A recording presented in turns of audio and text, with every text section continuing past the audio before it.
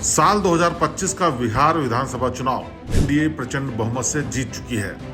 इस जीत में एनडीए के हर साथी ने अपने स्तर पर जिम्मेदारी को बखूबी निभाया, लेकिन इस सबसे इतर जो इसमें एक सबसे कारगर फैक्टर रहा वो था योगी आदित्यनाथ फैक्टर। वो फैक्टर जिसका जिक्र चुनावी पंडितों ने कम किया, वो था योगी आदित्यनाथ का सघन और लक्ष्य केंद्रित प्रचार।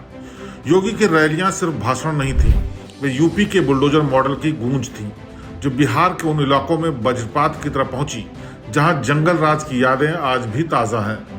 योगी आदित्यनाथ ने अपने प्रचार को मुख्य रूप से उन क्षेत्रों पर केंद्रित किया जहां बीजेपी का कोर वोट उच्च जाति और राष्ट्रवादी मतदाता मजबूत है और जहां आरजेडी के जंगल राज के अतीत को लेकर संशय गहरा है। भोजपुर, मगध क्षेत्र, सुरक्षा सम्मान और शून्य अपराध पर जोर दिया। इन जिलों में आरजेडी की वापसी की उम्मीद थी, लेकिन योगी के कानून व्यवस्था के दावों ने मध्यम वर्ग और ग्रामीण उच्च पिछड़े वर्ग को एनडीए की तरफ मोड़ा, जिससे एनडीए का स्ट्राइक रेट 15 से 20% बढ़ गया।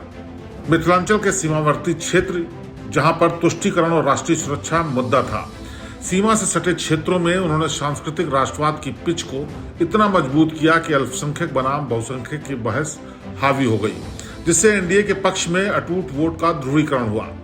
पूर्वी बिहार, यहां उन्होंने रोजगार की बात को आरजेडी के भ्रष्टाचार से जोड़कर पेश किया, जिससे एनडीए को उन युवा मतदाताओं का समर्थन मिला जो केवल रोजगार नहीं बल्कि सुरक्षित रोजगार चाहते थे। आंकड़े बताते हैं कि जिन विधानसभा क्षेत्रों से 5 किलोमीटर के दायरे में योगी आदित्यनाथ ने रैलियां की, वहां एनडीए उम्मीदवारों का जीतने का औसत प्रतिशत राज्य के समान औसत से 10% से अधिक रहा। ये प्रमाण है कि उनकी उपस्थिति ने स्थानीय उम्मीदवार की कमजोरी को भी अपनी वैचारिक शक्ति से ढक दिया। योगी आदित्यनाथ का असर 3 शक्तिशाली बिंदुओं पर केंद्रित था। सबसे पहला, लॉ एंड ऑर्डर का बुलडोजर ब्रांड। बिहार में आरजेडी के खिलाफ जंगल राज का सबसे शक्तिशाली हथियार केवल बीजेपी के पास था और उस हथियार को धार देने वाले थे योगी। उन्होंने सीधे शब्दों में कहा कि अगर आरजेडी आई तो बिहार में भी यूपी से पहले वाला हाल हो जाएगा। ये संदेश व्यवसायी वर्ग, महिलाओं और युवाओं जिन्होंने पलायन देखा था, उनके दिल पर सीधा लगा। दूसरा था सांस्कृतिक राष्ट्रवाद का ध्रुवीकरण। उनका भाषण हमेशा जमीनी विकास से ऊपर उठकर सांस्कृतिक मुद्दों को छूता था। इससे एनडीए के कोर वोटर में अति आत्मविश्वास और अति जागरूकता आई। यह वो ऊर्जा थी जिसने बूथ पर कार्यकर्ताओं को मजबूती से खड़े रखा। और तीसरा था नीतीश मोदी के बीच सेतु का काम। नीतीश कुमार के पास सुशासन की छवि थी, पर मोदी के पास विकास पुरुष थी। योगी ने इन दोनों के बीच एक वैचारिक पुल का काम किया। उन्होंने मतदाताओं को समझाया कि ये वोट केवल नीतीश के लिए नहीं बल्कि राष्ट्रीय विचारधारा को मजबूत करने के लिए भी है।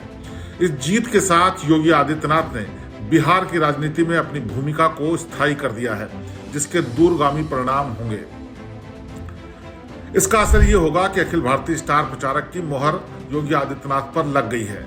बिहार के सफल पारी ने उन्हें प्रधानमंत्री मोदी के बाद बीजेपी के दूसरे सबसे बड़े और अनिवार्य स्टार प्रचारक के रूप में स्थापित कर दिया है। 2029 लोकसभा चुनाव में उनकी मांग दक्षिण भारत को छोड़कर हर राज्य में आसमान छुएगी।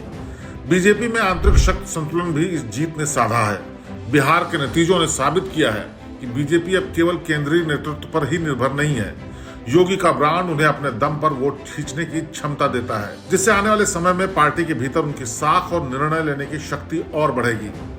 बिहार में सांस्कृतिक राजनीति का प्रवेश योगी के प्रभाव से अब यह तय हो गया है कि बिहार में राजनीति केवल जाति और सामाजिक न्याय तक सीमित नहीं रहेगी। सुरक्षा और राष्ट्रवाद जैसे मुद्दे अब स्थायी रूप से एजेंडे में शामिल हो चुके हैं, जिससे आरजेडी और अन्य दलों के लिए भी अपनी रणनीति को पूरी तरह से बदलना होगा। अंत में सबसे अहम बात यह कि बिहार की इस प्रचंड जीत की स्क्रिप्ट में योगी आदित्यनाथ का असर सबसे गहरा और निर्णायक साबित हुआ है।